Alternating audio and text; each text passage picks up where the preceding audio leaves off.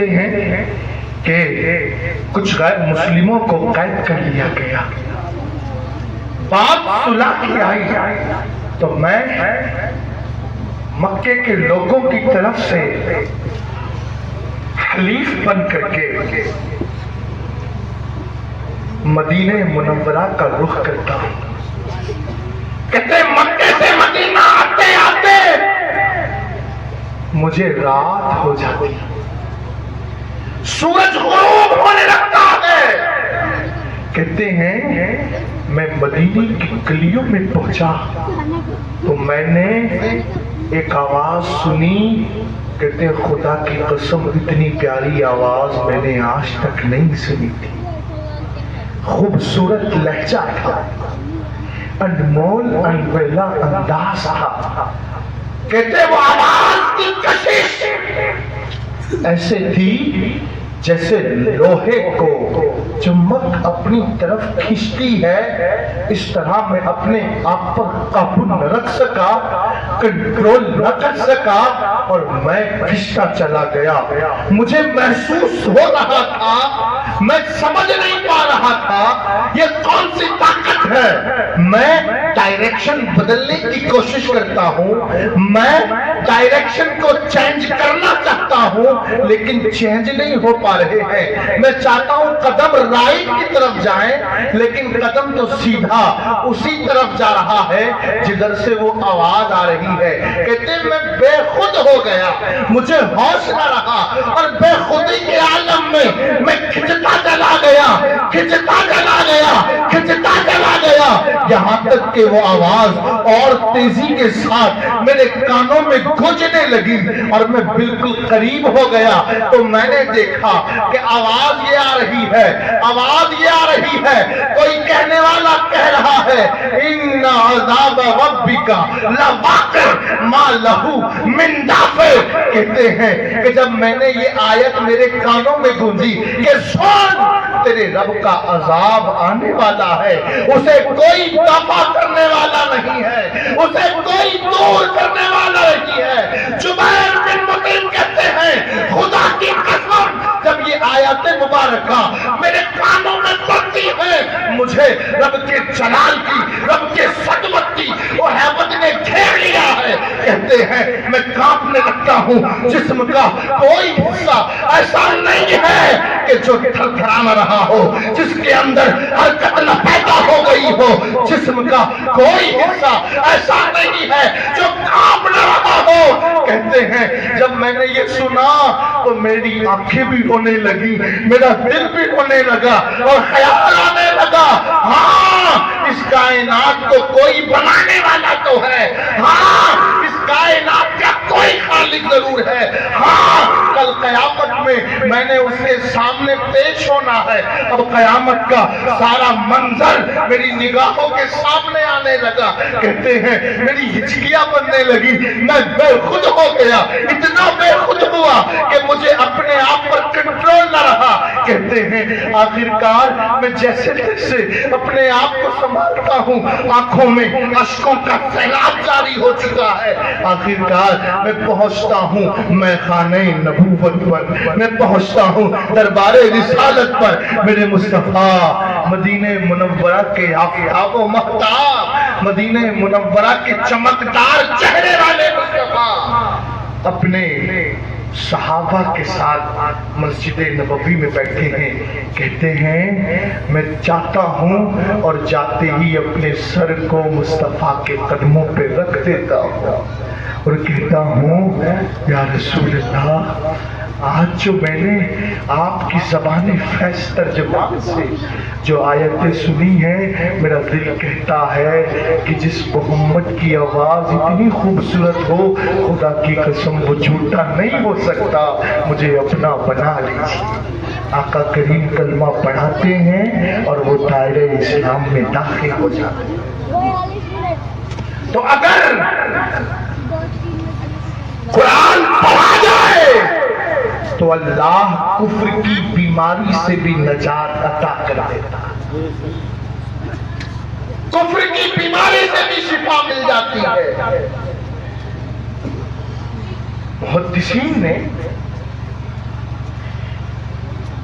تاریخ لکھنے والوں نے، ہسٹری رائٹرز نے وہ منظر بھی لکھا ہے کہ مسجد نبوی شریف ہوتی، مصلی پر اس کائنات کی سب سے عظیم ہستی ہوتی، اور پیچھے وہ ہوتے جن کے بارے میں آقا نے فرمایا ہو عمر تم جنتی ہو، ابو بکر تم جنتی ہو، عثمان تم جنتی ہو۔ وہ نفوس قدسیہ ہوتے جنہیں جنت کی بشارت آقا کریم نے دنیا ہی میں عطا کر دی ہوتی۔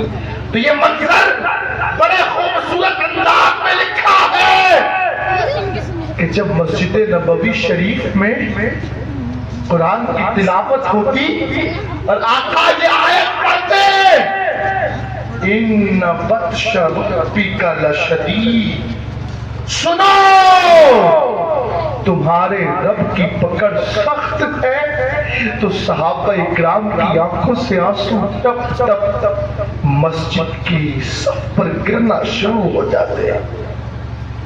کون صحابہ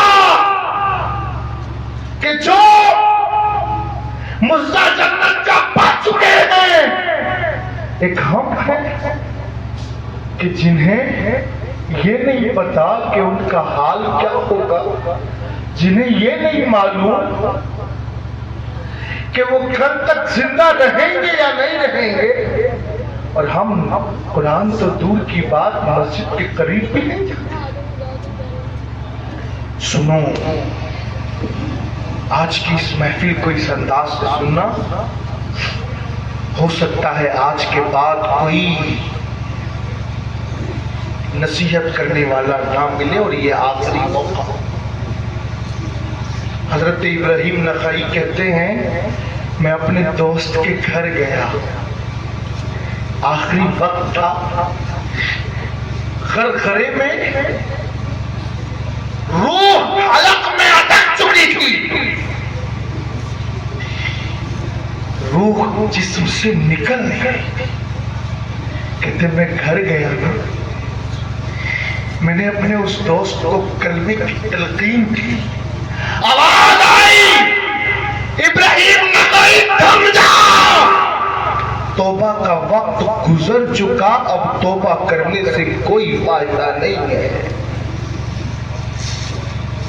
اے عاشقان رسول، اس سے قبل کہ ہم سب کے لیے یہ مصطلح ہے، یہ آواز آئے کہ اب وقت جا چکا ہے، آ جاؤ اپنے رب کی بارگاہ کی طرف آ جاؤ، سچے دل سے توبہ کر لو، سچے دل سے توبہ کر لو، پھر قرآن پڑھو کہ تو لطف آئے گا، نماز پڑھو گے تو مزہ آئے گا۔ بات یہ ہے کہ گناہ کرتے کرتے کرتے کرتے دل اتنے سیاہ ہو چکے ہیں کہ ان پر نہ آیات قرآنیہ کا اثر پڑتا ہے، نہ رب کے عذاب کے تذکرے کا کوئی اثر پڑتا ہے۔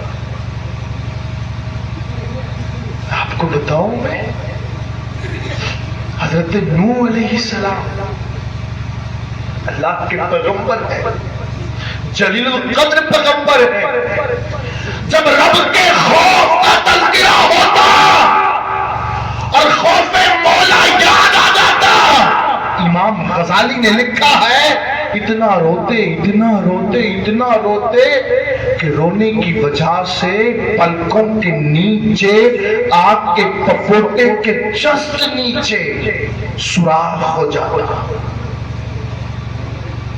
یہ کون لوگ ہیں؟ یہ عام نہیں ہے، بلکہ یہ تو وہ ہے جنہیں رب نے اپنا بنا کر کے لوگوں کو اپنا بنانے کے لیے بھیجا۔ یہ وہ نفوس قدسیہ ہیں کہ اللہ جن کی دعاؤں کو رد نہیں فرماتا ہے، ان کا عالم یہ ہے، میرا اور آپ کا عالم کیا ہے؟ علماء نے لکھا ایک مرتبہ جھوٹ بولنے سے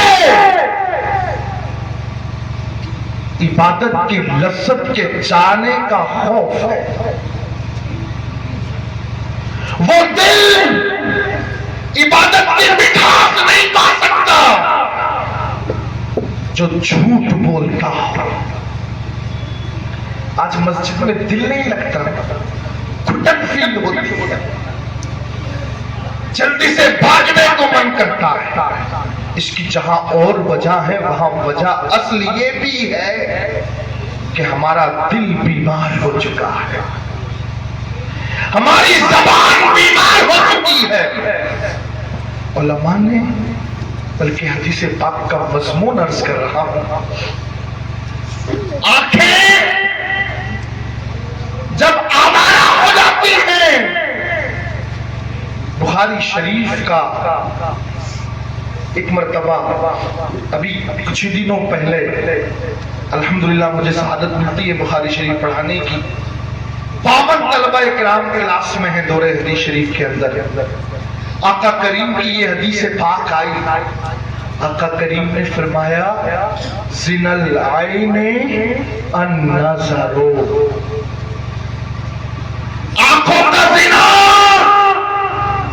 آنکھ کا بے راہ ہو جانا ہے, گندے مناظر کو دیکھنا ہے, غیر محرم عورتوں کو دیکھنا ہے. اے عاشقان رسول, کبھی غور کیا؟ ہم یہ تو کہتے ہیں, ابھی ہمارے وہ چھوٹے سے بچے نے کہلوایا کہ لبیک یا رسول اللہ کہو. آپ نے کہا کبھی اس کے معنی پر غور کیا؟ لبیک کا معنی کیا ہے, اس کا مطلب کیا ہے, اس کا مفہوم کیا ہے؟ اس کا مطلب یہ ہے آقا میں حاضر ہوں. آقا آپ نے فرمایا نا کہ بدنگاہی کرنے سے آنکھ کا زنا ہوتا ہے. آقا میں حاضر ہوں, آج کے بعد بدنگاہی نہیں کروں گا.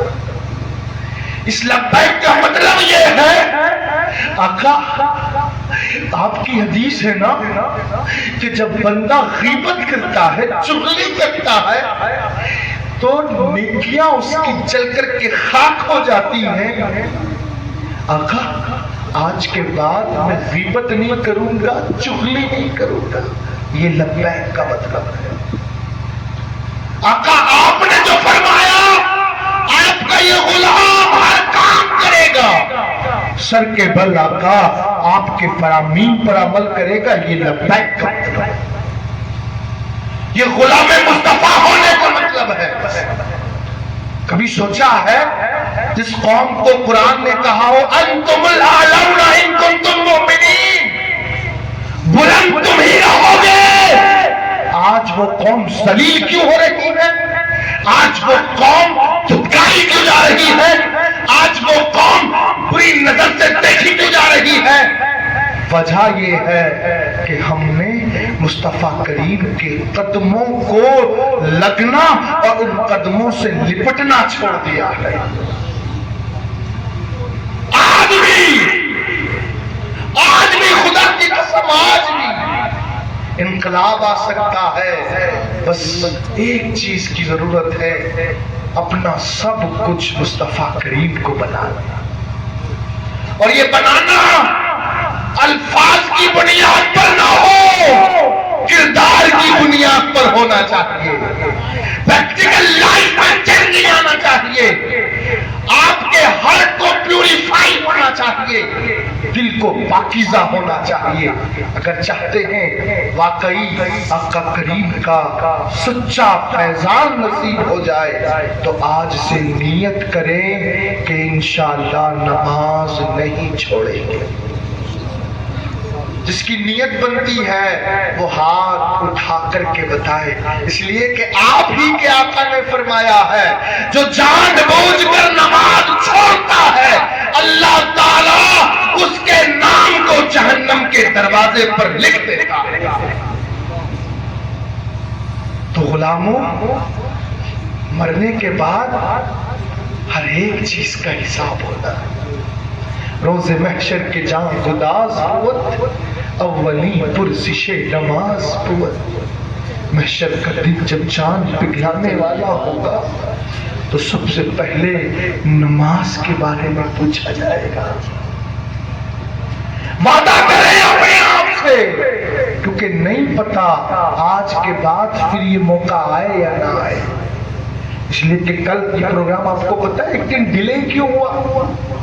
اس کی وجہ یہ ہے کہ ایک گھر میں نوجوان لڑکی ہے، جوانی کا عالم ہے، اس نے بھی خواب سجائے ہوں گے کہ میں نے بھی شادی ہو کر کے جانا ہے، زندگی کا ایک لمبا حساب لگایا ہوگا، لیکن اسے نہیں پتا تھا کہ کل کا دن اس کی زندگی کا آخری دن ہے. اے میرے بھائیوں، ہمیں نہیں معلوم، ضروری نہیں کہ داڑھی کے بال سفید ہوں، بلکہ کتنے کاندھے ایسے ہیں کہ جنہوں نے جھکتی اور لچکتی ہوئی کمر کے ساتھ کڑیل نوجوانوں کے جسموں کو قبرستان کی دہلیز تک پہنچایا ہے. غور کرو، احساس ہوگا، نظریں دوڑاؤ، معلوم ہوگا. آج مہلت ہے. اور جن کی داڑھی کے بال سفید ہو گئے نا، ان کے بارے میں تو یہاں تک کہا گیا کہ یہ بالوں کا سفید ہو جانا مردوں کی قاصد ہے، میسنجر ہے، موت کا قاصد ہے، موت کا پیغام دینے والا ہے کہ سن، اب میں آ چکا ہوں، اب اپنے قبر کی تیاری کر لے. ہم سب کو چاہیے کہ قرآن پاک کی محبت دل میں بسائیں اور اپنی آخرت کی تیاری کریں. ذہن بنتا ہے، نماز پڑھیں گے انشاءاللہ پابندی کے ساتھ. اچھا، تھوڑا ہاتھ اٹھا کر اچھی نیت سے اظہار کر دیں گے نا تو اللہ نے چاہا آج ہی سے آپ کا بیڑا پار ہو جائے. پابندی کے ساتھ جس کی نیت بنتی ہو گئی، اللہ دیکھ رہا ہے، اللہ دیکھ رہا ہے، خدا کی قسم رب دیکھ رہا ہے. اگر آج ہاتھ اٹھا دیا اور مسجد میں نظر نہیں آئے تو اللہ پاک ناراض ہو جائے، وعدہ خلافی ہو جائے گی. اسی لیے اس یقین، اور ہاتھ اگر نہ اٹھایا تو بچنا پھر بھی نہیں ہے. یہ نہیں ہے کہ ہاتھ نہیں اٹھائیں گے تو بچ جائیں گے. قبر میں آپ نے بھی جانا ہے، ہم نے بھی جانا ہے. دیکھیں، بہت ہو گئی دنیا کی باتیں، بہت ہو گئے مال اور دولت جمع کرنے کے افسانے، بند کرو سب. بس آقا کریم کی ذات کے لیے مرنا اور جینا سیکھ لو. ہاں ہاں، اللہ کی طرف متوجہ ہو جاؤ، اللہ کے حقیقی بندے بن جاؤ. اللہ کے حبیب نے فرمایا جو آخرت کے بارے میں غور کرنے لگتا ہے اللہ اسے دنیا کے غموں سے آزاد فرما دیتا ہے. دنیا کے غم نہیں آتے. محبوب نے فرمایا کہ جو سورہ واقعات کی تلاوت کرتا ہے اللہ اسے فاقے سے محفوظ فرما دیتا ہے. اس گھر میں محتاجی نہیں آتی جس گھر میں سورہ واقعات کی تلاوت ہوتی ہے. فرمایا گیا کہ جو 100 مرتبہ سورہ فاتحہ پڑھے اللہ پاک اس کی دعا کو ضرور قبول فرماتا ہے. امام قشیری لکھتے ہیں ایک مرتبہ میں آزمائش میں آ گیا، بچہ بیمار ہے، شفا نہیں مل رہی ہے. کہتے ہیں مجھے یاد آ گیا کہ سورہ فاتحہ کو سورہ شفا بھی تو کہا جاتا ہے، اس کا نام سورہ شفا بھی ہے. کہتے ہیں میں رات کو سویا، خواب میں آقا کریم تشریف لے آئے اور فرمایا قشیری اٹھ، سورہ فاتحہ کی تلاوت کر، اللہ تیرے بیٹے کو لا علاج بیماری سے شفا عطا کر دے گا. کہتے میں اٹھا، میں نے تلاوت کی، پانی پر دم کیا، اس نے پیا. کہتے پانی ابھی حلق سے مکمل نیچے نہیں اترا تھا، میرا بیٹا مکمل شفا یاب ہو چکا، شفا پا چکا. تو لوگوں اللہ کے بن جاؤ. اصل میں مسئلہ یہ ہے کہ ہم ابھی اللہ کے بندے بھی نہیں بنے. آقا کریم ساری رات عبادت کر رہے ہیں. حدیث پاک کے الفاظ ہیں حتی تورمت قدماہ. اتنی عبادت کی ہے، اتنی عبادت کی ہے، جانے جانا نے اتنی عبادت کی ہے کہ میرے مصطفیٰ کے قدم ناز پر ورم آ گیا. حضرت عائشہ عرض کرتی ہے میرے سرتاج اتنی عبادت کرتے کیوں ساری رات کھڑے رہتے ہیں؟ آپ ہی کی تو خاطر یہ سارے جہان کرتا ہے. آپ نہ ہوتے تو یہ ہریالی نہ ہوتی، یہ کائنات نہ ہوتی، یہ چمن. آپ اتنی عبادت کیوں کرتے ہیں؟ عاشق کو دل سے سننا محبوب نے بڑا پیار